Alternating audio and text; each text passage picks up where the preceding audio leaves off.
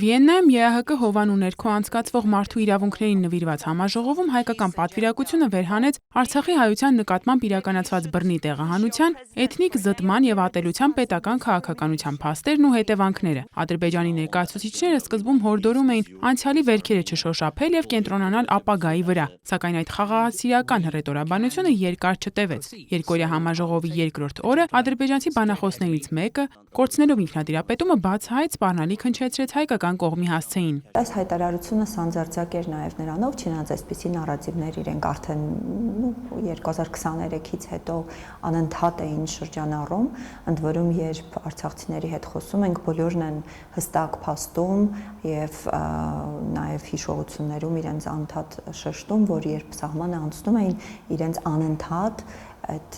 սահմանին հակարի կամուրջի վրա անդադ ասում էին, բայց ուր եք գնում, ձեզ ոչ մեկ չի պարտադրում, որ գնաք եւ այլ, այսինքն իրենք ի սկզբանե նաեւ նախապատրաստում էին այս խոսույթը։ Եվ այնտեղ ուղղակի ընդ որում հենց փոխտեսպանի կողմից, այսինքն սա հասարակական կազմակերպության ներկայացուցիչի հայտարարություն չէր, այլ հենց պետության ներկայացուցիչի հայտարարությունն էր, որ ինչ էթնիկ զտման մասին է ընդհանրապես խոսքը, այլ որովհետեւ Հայաստանը ուներ ժողովրդագրության խնդիր, դեմոգրաֆիկ խնդիր, բնակչության պակաս, հենց այդ բառերը նաև օգտագործեց եւ իրենք ամեն ինչ արեցին, Հայաստանը ամեն ինչ արեց, որ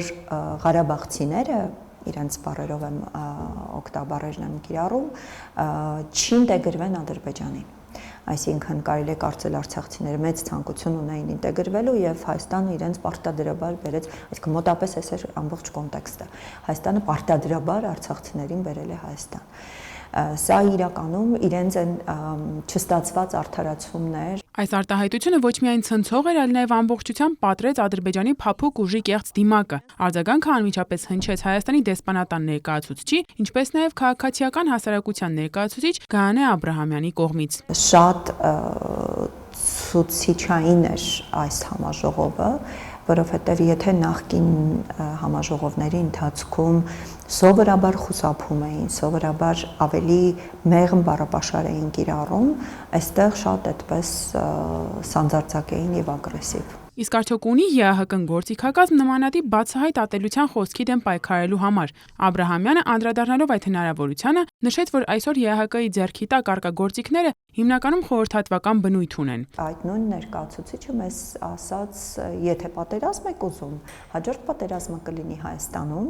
եւ այդ ժամանակ հաջորդ պատերազմի ընթացքում Հայաստանը կկորցնի իր սուվերենությունը ընդհանրապես եւ մենք, իր խոսքերն եմ մեջ բերում, եւ մենք թուրքական թեյ կխմենք Կապույտ մզկիթում։ Սա իհարկե հստակ ուժի սպառնալիք էր, երբ ես իմ պատասխանում ուղղակի ասացի եւ կոչ արեցի մոդերատորին, կազմակերպիչներին, որ մեխանիզմ պիտի ունենաք ուղղակի դադարեցնելու նման ելույթներ, այսինքն անձը իրավունք չունի շարունակել նման ատելության խոսք եւ սա ատելության խոսք էլ չէր անգամ, այսինքն ուժի սպառնալիք էր, որը ուղղակիորեն հակասում է ԵԱՀԿ-ի Հելսինկյան